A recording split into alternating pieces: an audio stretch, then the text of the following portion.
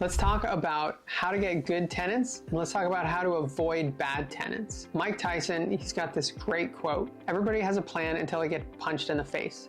And so it goes with all plans and all businesses, is that you can have this nice shiny plan, but then you're gonna have to actually put it into effect. I've spent a lot of time looking at other people's pro forma. It's basically a spreadsheet that says what you think the property is gonna perform, and I'll look and I'll see that they say, yeah, we're gonna have 1 vacancy a year, and we're gonna have 98% collections and 95% occupancy and all this stuff, and therefore we can have this return on investment. And that's great if you can actually do that, but can you actually do that? The bread and butter of owning rental properties is there are human beings that are living in that building, and you need to take care of them, and you need to have the right people in there so that your business works, all right?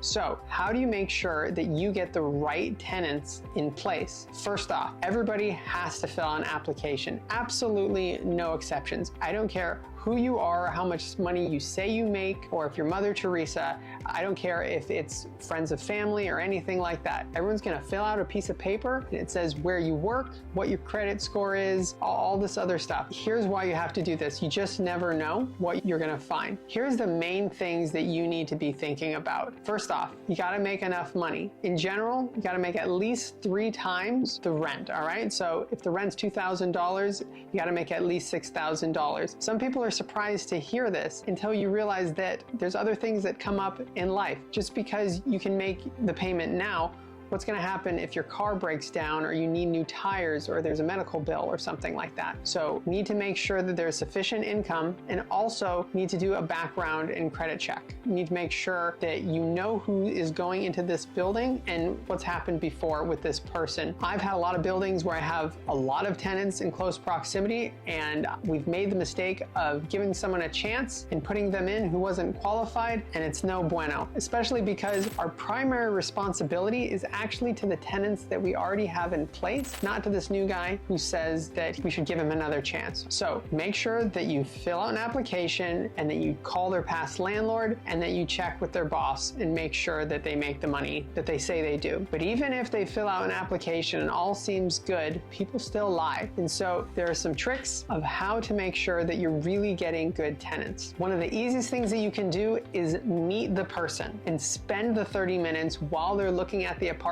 and try to figure out who this person really is. There's a lot of wonderful people who they need a good place to stay, and that's who you need to go get. And a lot of the times you can figure out what's really going on with someone with just a 30-minute conversation, which is about how long someone is going to look at a place. Just recently, I had one of my clients, newer landlord, who's gonna be renting his house, asking me, what am I supposed to do when the prospective tenant comes into his house? Should I just stand there and walk around and wait to see if they have any questions? To which I told him, no, you're asking them questions. People who go look at a place think that it's a one-way interview. It's a two-way street. Mainly when I am renting my apartments, I am actually interviewing the other person to make sure I want them on my property or around my other tenants. Now, they don't know this because it sounds like I'm just making conversation, but I'm doing this very much on purpose. One of the best questions that you can ask someone: how long have you been looking for a place? That question right there, a lot of times will give you more information than everything on the application. If someone says, oh yeah, I've been looking for a place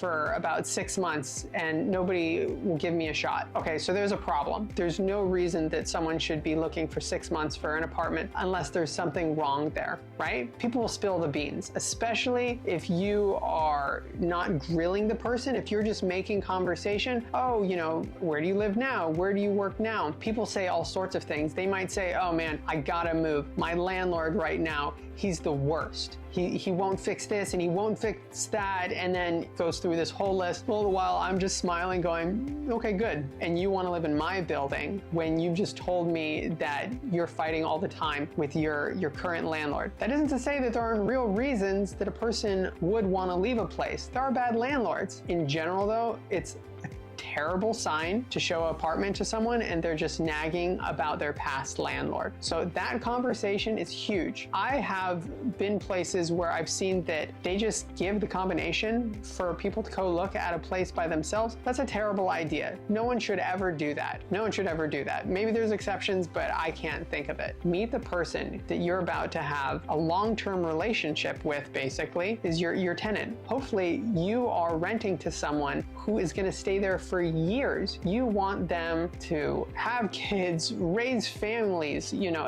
especially if it's a house. I'm not trying to do transitional housing or something like that, because you spend a tremendous amount of your money having vacancies. Vacancies will kill you. The person who's there for 4 years and maybe they're not paying top dollar, you're not going to lose any money on that person. It's the person who stays for 9 months and then they lose their job and they have to leave, or they're crazy and, you know, they're getting into fights with the other tenants in the halls. That's the stuff you have to avoid. And you can do that pretty simply by having a conversation with them most of the time. So make sure that you make that a top priority. I'm constantly running into investors, potential investors, other agents, and they're looking at everything on a piece of paper. Okay, good. Occupancy is this amount. Taxes are this amount. Vacancy is this amount. Those numbers go out the window if you cannot get good tenants into your place. Make it a priority.